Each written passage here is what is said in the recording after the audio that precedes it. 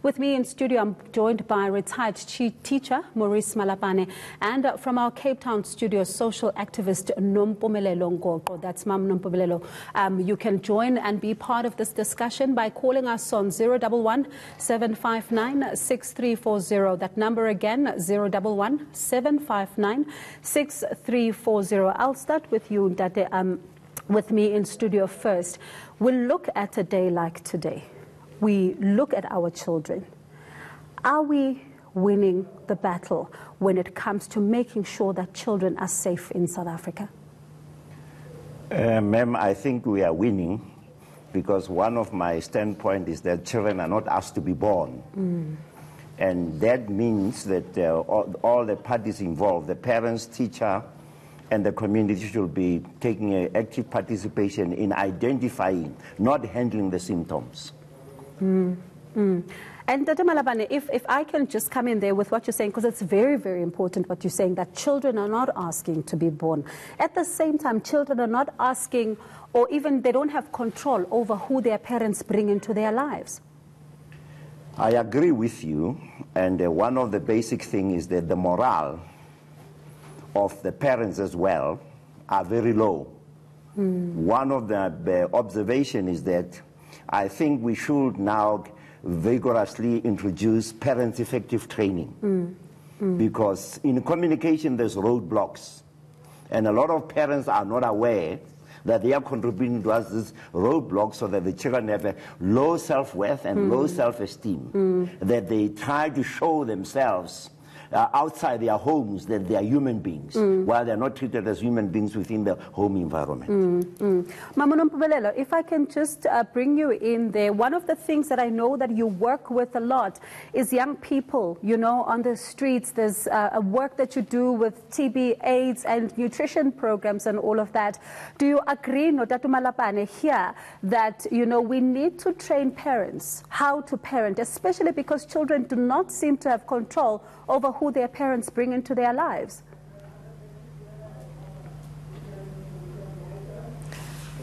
It is true, Bongi, that our children abazizelanga emhlabeni. We need to work with them, and we must make sure that they are getting the best, especially education. I think is the best. I know we are living in poverty. That's why even our government have made it that all the townships got the places like recreational centers, development centers, and nutritional centers. And Mama, how then, how often do you find that within your sphere of work that these places of recreation are utilized? Because quite a number of children end up heading up the household because umama has gone to work and is not able to look after the children well.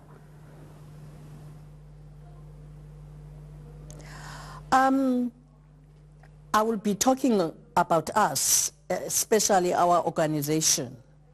I think most of the people know that government have opened most of the places like Vuk'uzenzele. So that's why we started about developing our people in our communities, also to capacitate them so that they can know more about what's going on in the in life. Take, for instance, the children who are willing to learn. We are involved in education, especially for those who want to go to the universities. They start to come and work for us in the food gardens voluntarily and getting sort of a stipend. That stipend grows so that they can go and register. And then those who are eating in our center, we make sure that they take their treatment to the hospitals instead of going and take the treatment without food in the stomach. And that thing did help the Department of Health because they are going now frequently to the clinics like TB and HIV clinics. Okay, Mama. And do you find that when they've had something to eat, it is easy for them to concentrate better in schools? That's it. Like, for instance, when it comes to education, are becoming so excited because we got 3 showcases. We got one, a lady, she's a lawyer, one a mechanical engineer, one at the civic center as a civic engineer. And then it was coming from this stipend, and you have make sure that the universities, they must take them. Okay, Mamungoko, I'll just hold it with you right now. Remember, you can join the conversation as the viewer on when you dial 011-759-6340. I understand I've got Ellen Matlapeng from Rustenburg on the line. Ellen, do you want to say something to the panelists here? Ellen, can you hear me? Ellen from Rustenburg, can you hear me? We'll appear to be having a problem with that line. We'll try to pick up Ellen a bit later on. But Ntate Malapane, if I can just bring you in here. One of the issues becomes then, you know, getting children to be free. I know that you're a retired teacher and you're also within the church now, but getting children to report such incidents, it is one of the most difficult things because they don't have the confidence to come forward. What kind of programs did you have as a teacher in schools to make sure that the children can feel safe to have an environment where they can report such acts? One of my approaches that it was to accept children as potential, not as suspects. This is one of my experience which I've seen that because of the relationship between a teacher and the pupils, if the relationship is not conducive, then the children are not freely to come to you so that they can ventilate their frustrations.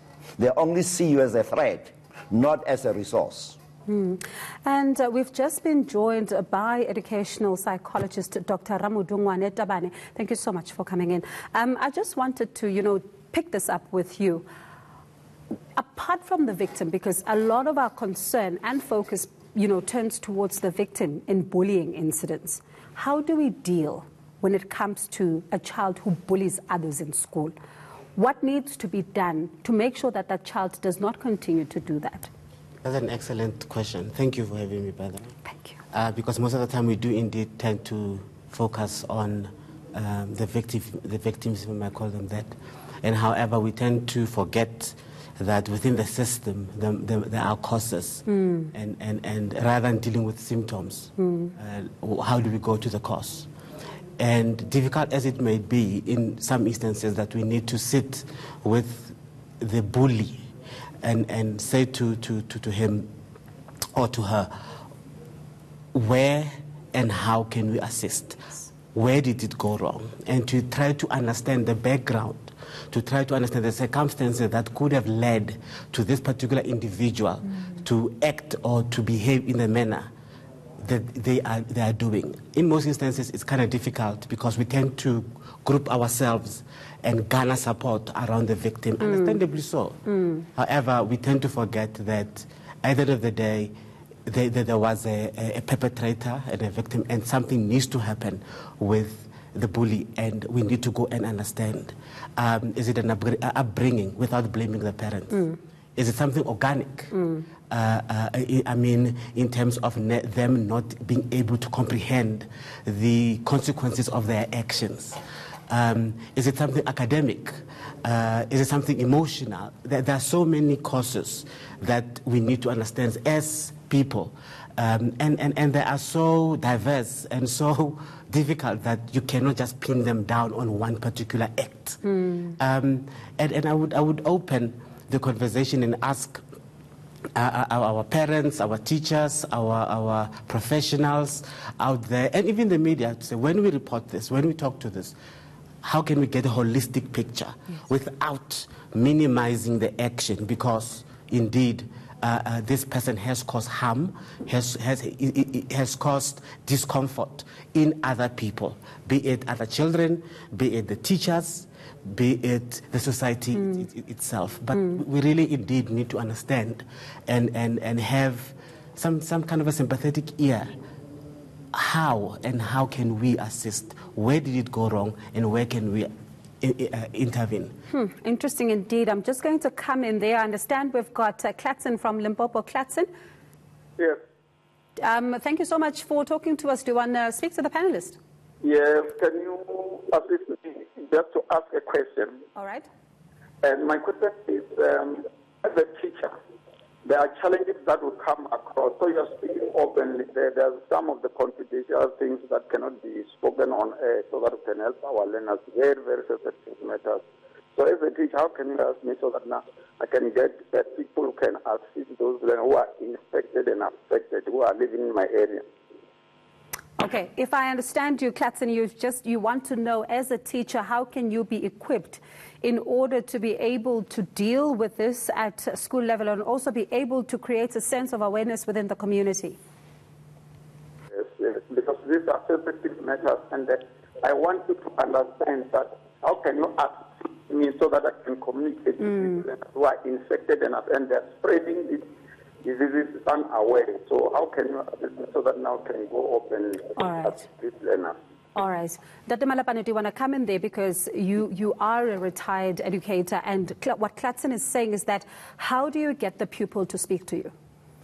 One of the approach which I'll suggest to my colleagues or my pupils is that let's look at the holistic approach. And what do I mean by a holistic approach? A holistic approach is that let's instill in the children that all the subjects they are doing, they are there to sharpen their mind. They all have brains. You see, there's a contrast between, in a school environment, that we forget sometimes that we have brains, which is a potential. And to me, that will help as well the facilitators to understand and as well go further to get a module which have helped me as a teacher. It's called ethnology. In ethnology, that's where you are taught about how people behave, because there's nobody. You know, if at all in our country or in our world, we had a place where all the people who are misbehaving come from a certain area, we're going to close that loop so that they don't affect everybody. Then the problem was going to be easy. But unfortunately, everybody who's having a brain can have a distorted thing through his mind and misbehave. So misbehaving, it's not the issue. The issue is that what causes that person to misbehave. Dr. Tabane, do you agree? What I will agree with Mr. Malapane on is when he said that you look at children and not as perpetrators. And to our callers, that's the first step. How do you give an ear for someone not to feel that they are judged, whether they are in the side of the victim or of the perpetrator? It is very important for you as a teacher. Let's start at the beginning. The beginning is this. People need to know when they are bullied. People need to identify and to name it, that this is bullying. What you find in most instances is that people are indeed being bullied in situations, in relationships as well. However, they don't know that this is bullying. So let's equip both the learners, let's talk about the learners in this instance, that what is bullying and how do you bully and how do you report bullying. I'm going to come in there. Sorry to come in there. We'll touch base on this point a little later on. I understand we've got Sipo on the line. Sipo? Hi, how are you, ma'am? I'm good, thanks. How are you? I'm good. Ma'am, I'm sitting with my child here and she's asking me, because the lady that is sitting there, she said some of the learners, they want to go to the university and some of them, they don't want. She's asking me if she's writing a matric, does it happen that she see that she doesn't want to go to university, and those other questions, she mustn't answer them or not? Because the way she said some of them must go to university, some of them want to go to university, some of them doesn't want to go to university. So what you are asking... Can you just give me a clarity of that one? Okay, so what you are asking is that you want clarity on what? Whether or not is it wrong for your daughter not to want to go to university, or... No, the way she put it, she said some of the students want to go to university. That's the question. All right, okay. Mama Ngoko, if I can just bring you in there, Usipho wants your clarity around the comment that you made, Uguti, other children want to go to universities, others do not want to. Are you able to elaborate further on that? Like, for instance, I was trying to explain that those who wants to go to the universities who are volunteering to us, getting that stipend, we make sure that when they want to go on FEB, we also write a covering letter for them that they want to learn, but they got no means to go to university. Is this letter addressed to... we don't take people who are out. It's only for those who are volunteering to our organization. Oh, okay. So is this letter then addressed to the university in a form of securing them a bursary, or is it addressed to, for them to get financial aid? Is it in a form of NSFAS or student loans? That's it. That's true. All yes. right. Okay. Let me say this. Yes. In terms of that, if I understood the caller Sipho correctly, what Mr. Malapane also was saying, and what Mama as well. Kids know what they want. Children know what they want, and they know their strengths. Unfortunately, as parents, we tend to think we know what the children want and what the children should do. So what in my understanding is there are those who are academically strong, and therefore they might be inclined to want to go to academic level rather to the university. We have FETs as well, and we have other means as well of opportunities of learning. The fact that your child is a grade A student or learner does not necessarily mean their interest is becoming a medical doctor. And you as a parent, you need to listen. You're talking about bullying, parents bullying their children. In terms of you will do, as long as you are under this roof, you'll do SI. It's part of it as well. So is it not discipline? No. Discipline is making your child... Oh, so Ntate Malapane, you also agree it's not discipline? It's not discipline. So... It's torture. Okay, so because most of us, I mean, can agree with that. We know that talk to say, while you're still under my roof, you will do as I say. So it's not parenting. Mama Ngoko, you also agree it's not parenting, it's torture. No, it is, definitely, because if the child doesn't want to be a doctor, you mustn't push. Like, for instance, there are children who can't afford to be in an academic level. They only do the handworks and those jobs like, Wow, that's a very interesting point. But just as a as a final word, as a parting shot, with all of you, what is your advice to parents, especially right now, because we are zooming into the 16 days? What would you say to parents, especially when it comes to identifying children who are being bullied or sexually abused? Ntate Malapane, what can you say to educators to make sure that they pay close attention to the children that are going through this? My contribution will be that the teachers must accept the children as they are. Because if I accept you as you are, I'm not judging you. I'm not conditioning you. We grew up in an environment where we've been conditioned. So conditioning is playing a very big role among facilitators or teachers. Do I then accept a child who's seen as a disruptor in class? How do I deal with that? Yes, you do. You do. Okay. Because that child is showing you that I'm bored. Bring something which fascinates me. Okay. All right. Like we said, what might be the causes? It might be boredom. It might be the fact that I'm not academically inclined. And this line of mainstream education, it's not me.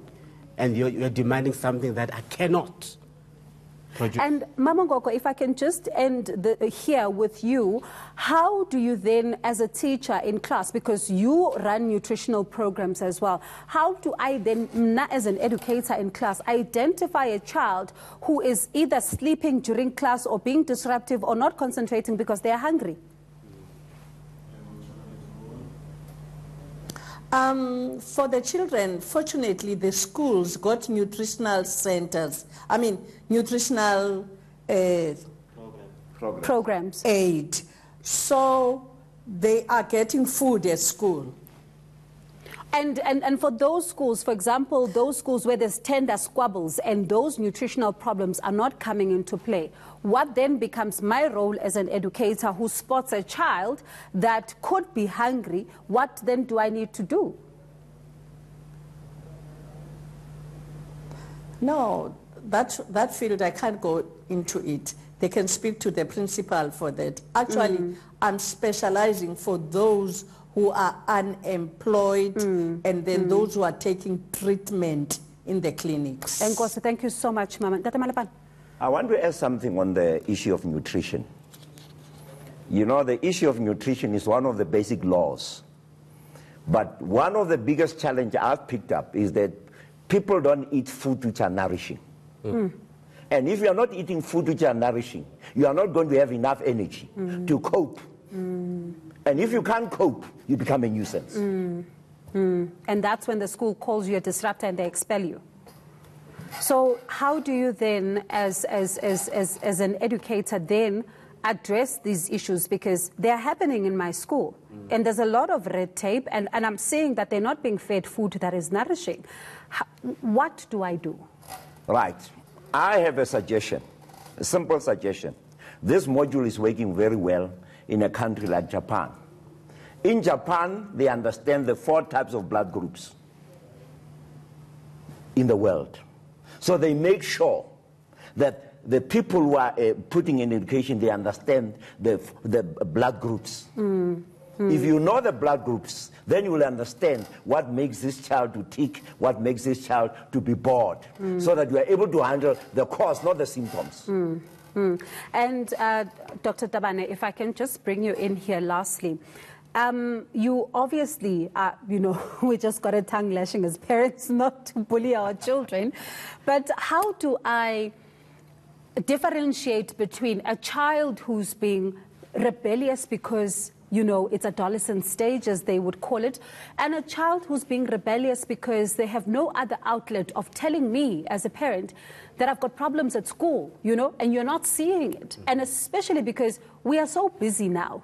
We're so busy. We're working long hours, we're working more than one job. How do I quickly spot what's amiss with my child? That's a very good question. And I like your quantification of it, that it's an adolescent, it is a particular stage. Most of the time we tend to want to parent our children by what our experiences were. And we tend to forget that they are living in their own times with their own experiences. And you're quite correct. If there is no outlet, children will find another means of having that output received. So your job as a parent is to do one thing: listen and ask. There's nothing wrong with you asking for verification from your children. Did I hear you correctly? Do I understand you correctly? Did I do it as you asked me or as you wanted it? Where did I fail you as a child? Where did I fail you as a child? Parents must just be... It's a safe space, by the way. It's your home. Hey, yeah, tough one, hey? Tough one. I wish we had a lot more time to unpack this issue, but unfortunately we have to leave it there. Thank you so much to my panelists, Umamu Nompumelelo Ngoqo and Dr. Dungwane Tabane and Maurice Malapane. Thank you so much for taking the time to talk to us. I've certainly learned a lot, and I will try not to practice bullying at home as well. Well, I'll bring you the latest news at the top of the hour. For now, it's time for the latest edition of Checkpoint.